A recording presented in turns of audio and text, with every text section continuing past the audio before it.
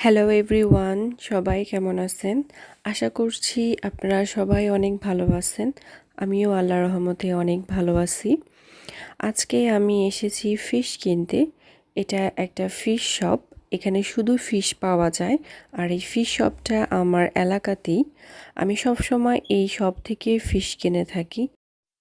এখানে অনেক ধরনের ফিশ পাওয়া যায়, তবে আমি জাস্ট কয়েকটা ফিশই এখান থেকে কিনে থাকি।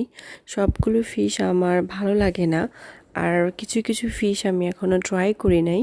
আশা করছি সেগুলো ট্রাই করব।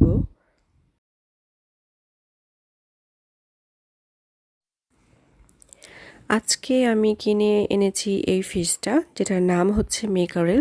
আর এই ফিশটা অনেক ভালো এবং অনেক টেস্টি। এটা বাচ্চাদের জন্য অনেক বেশি ভালো, কারণ এটার মধ্যে তেমন কোনো কাঁটা থাকে না। এখন ফিশগুলোকে আমি কেটে ভালো করে ওয়াশ করে নিব। একটা ফিশ আমি আজকে রান্না করব, আর বাকিগুলোকে ফ্রিজে রেখে দিব। এই ফিশটা আমরা সবাই পছন্দ করি, কিন্তু যখন থেকে আমার বাচ্চা ফিশ খাওয়া শিখেছে তখন থেকে এই ফিশটা আমি সবচেয়ে বেশি ওকে খাওয়াই। কারণ এই ফিশটার মধ্যে অনেক বেশি পরিমাণে অয়েল থাকে, যেটাকে বলা হয় ফিশ অয়েল। আর ফিশ অয়েল আমাদের সবার জন্যই অনেক ভালো। যারা খাননি তারা এই ফিশটা ট্রাই করে দেখতে পারেন।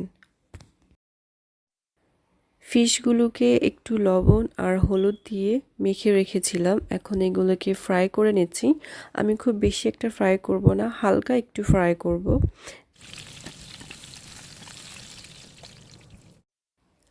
এই ফিশটার কোনো স্পেশাল রেসিপি নাই। এটা আমরা রুই ইলিশ মাছের মতোই রান্না করতে পারি। আর এখানে আমি সেভাবেই রান্না করব যেভাবে ইলিশ মাছ ভুনা করা হয়। আর মশলাগুলো আমি আমার মতো করে দিয়েছি, কারণ আমার মাছের পরিমাণ এখানে কম। আর যেহেতু আমার বেবি খাবে, সেহেতু হলুদ, মরিচ এবং ধনিয়া পাউডার ওইভাবেই আমি দিয়েছি যাতে আমার বেবি খেতে পারে। স্পেশালি মরিচ পাউডারটা আমি খুব কম দিয়েছি, কারণ ও ঝাল বেশি একটা খেতে পারে না। আমি আলাদা করে কাঁচা মরিচ নিয়ে খাই। আপনারা আপনাদের টেস্ট অনুযায়ী দিয়ে নিতে পারেন। সবগুলো মশলা দেওয়ার পর আমি এটাকে জাস্ট একটু কষিয়ে নিব। তারপর একটু পানি দিয়ে এটাকে নেড়ে চেড়ে 5 থেকে 7 মিনিটের জন্য ঢেকে রেখে দিব। যখন অয়েলটা একটু উপরে ভেসে উঠবে, তখন আমরা এর মধ্যে ফিশগুলো অ্যাড করে দিব। এখানে আমি ফিশগুলো অ্যাড করার পর 5 মিনিটের জন্য ঢেকে রেখে দিয়েছিলাম। 5 মিনিট পর আমি এর মধ্যে টমেটো অ্যাড করে একটু পানি দিয়ে আবারও ঢেকে রেখে দিব 10 থেকে 15 মিনিটের জন্য। মাছ রান্নার পাশাপাশি আমি এখানে লাল শাক রান্না করে নিচ্ছি। এর জন্য আমি তেলের মধ্যে একটু আস্ত জিরা আর একটা শুকনো মরিচ দিয়ে দিয়েছি।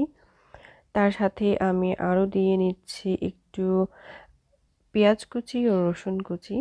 আর এগুলো যখন ভালো করে হয়ে আসবে, তখন আমি এর মধ্যে অ্যাড করে নিচ্ছি লাল শাক। এটা হচ্ছে ফ্রোজেন লাল শাক, আর এটা সহজে আমার এখানে পাওয়া যায়। ফ্রোজেন শাকগুলো যখন গলে যায়, তারপর আমি এটার মধ্যে লবণ অ্যাড করি। এতে আমার লবণের পরিমাণটা বুঝতে সহজ হয়। তারপর আমি এর মধ্যে দিয়ে দেব ধনিয়া পাতা।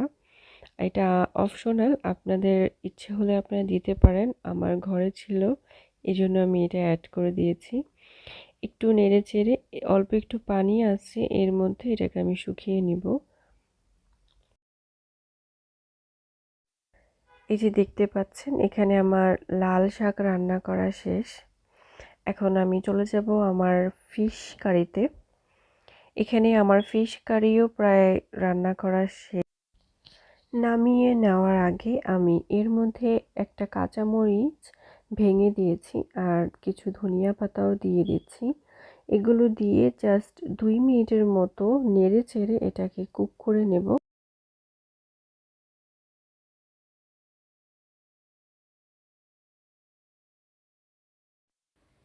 এখন আমার ফিশ কারিও রান্না করা শেষ। আর এই ছিল আমার আজকের ভিডিও।